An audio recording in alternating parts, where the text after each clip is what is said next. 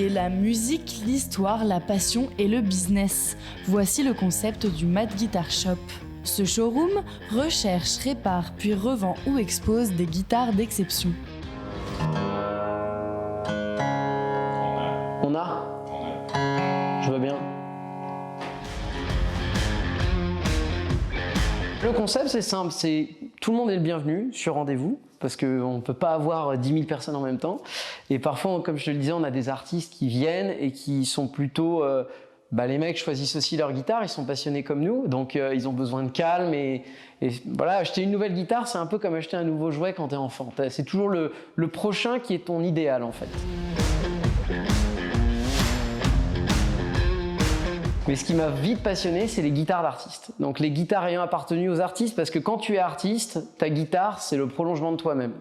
Et le prolongement de toi-même, c'est une guitare forcément qui te plaît au niveau du son, qui est très élitiste au niveau des choix du bois. Quand tu vas voir ton luthier, en l'occurrence les deux marques principales, Gibson, Fender, quand ils font une guitare pour un artiste, ils choisissent le top du top au niveau bois, le temps de séchage, la beauté aussi de l'instrument, tout est fait sur mesure pour l'artiste. Donc ce qui m'a passionné, c'est les guitares ayant appartenu aux artistes en tant qu'objet d'histoire, objet d'art contemporain en fait, et surtout techniquement parlant, une guitare qui a été jouée sur scène par un artiste pendant X temps, parfois des dizaines d'années, c'est une guitare exceptionnelle. Des guitares exceptionnelles ayant appartenu aux plus grands. C'est au cours d'années de recherches acharnées et de rencontres improbables que le shop a agrandi sa collection. Des pièces mythiques, on va commencer par quelque chose d'assez... qui va parler à beaucoup de gens, je pense. Cette guitare en miroir brisé, c'était la guitare du groupe Kiss. C'est la guitare signature du chanteur Paul Stanley, qui l'a dédicacée en la vendant, à l'avant et à l'arrière. Et c'est une guitare qu'il a jouée dans le monde entier pendant, je sais pas, plusieurs années de tournée, donc plusieurs centaines de concerts sur cette guitare.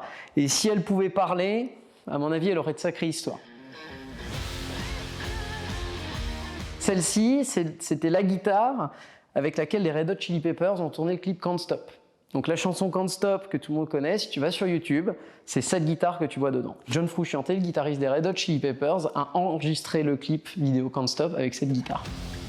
Aussi prestigieuse soit-elle, certaines guitares arrivent usées et abîmées.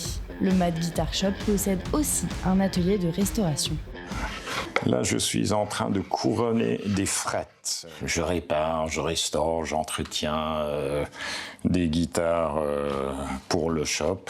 J'ai aussi ma clientèle qui vient encore et toujours fidèlement me voir pour leurs instruments. Parfois, elles arrivent nickel, il n'y a rien à faire.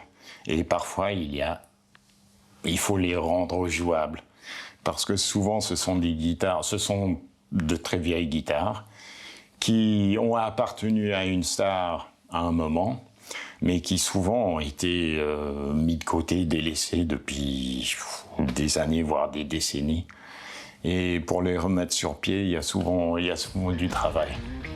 Si l'envie vous prend, vous aussi, de vous procurer une guitare d'exception ou simplement d'en voir une de vos propres yeux, rendez-vous au 16 rue Fortuny, dans le 16e arrondissement de Paris.